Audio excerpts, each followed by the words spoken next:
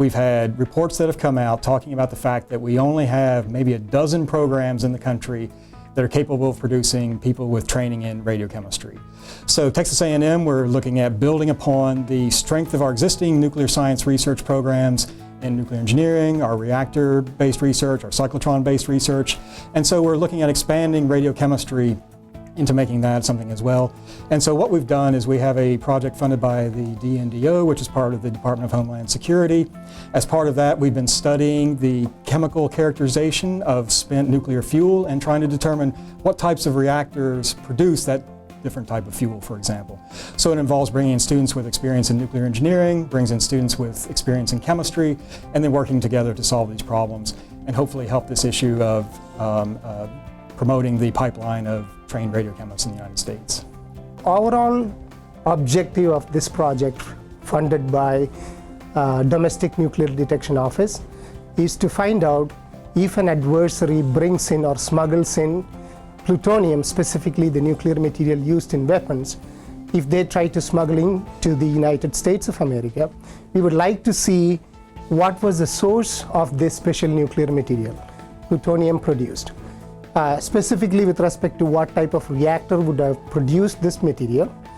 And if we know the type of the reactor, then we can do the process of elimination with respect to different countries, and we can probably nail down to a couple of countries who are the producers of this type of nuclear material, specifically plutonium.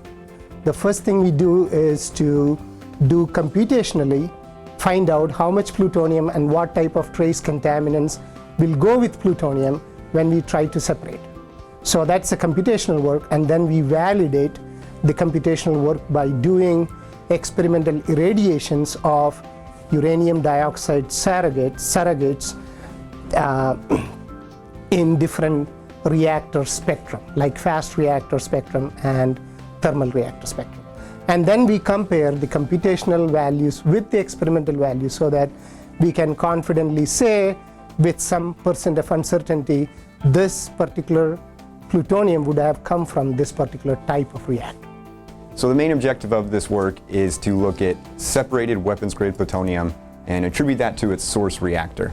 And so we do that by computationally simulating and modeling multiple reactors. And we look at the plutonium coming out of it. And once we look at looking at the plutonium, we then also think about the fission products that are going to be contaminants in this plutonium. And for our work specifically, some of the fission products that have been useful are going to be cesium and samarium-150. Isotopes like that, which are going to be affected based on the neutron spectrum of the reactor and the certain type of reactor. And so looking at those isotopes of our separated plutonium, we can say it probably came from certain types of reactors. Over here, we're using this glove box with an inert atmosphere to do our chemical separation processes. We're also using this lead glass and bricks to reduce the dose that we're receiving, which is already below the permissible limit. We're just wanting to ensure that we're having reduced doses.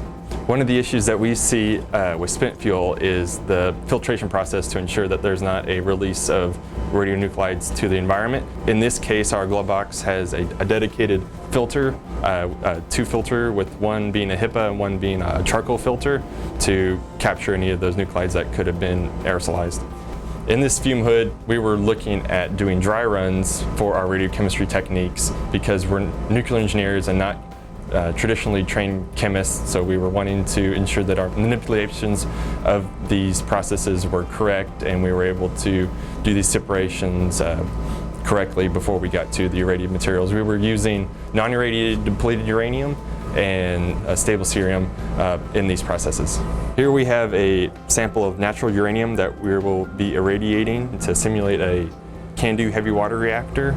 This sample is around 20 milligrams, and we're going to be placing it in a reactor to irradiate it. So the experimental work is very important in validating our computational results. And so the final step in that is going to be measuring the plutonium that has been separated from our spent fuel using our Pyrrhix process. While measuring this plutonium, we're going to be looking at the isotopic contaminants that we saw in our computational results. We use mass spectroscopy and also gamma spectroscopy, which you can see here. This is our HPG, or our high purity germanium detector, and this gives us very sharp, very resolute images of the gamma energies coming out of those isotopic contaminants that are in our plutonium.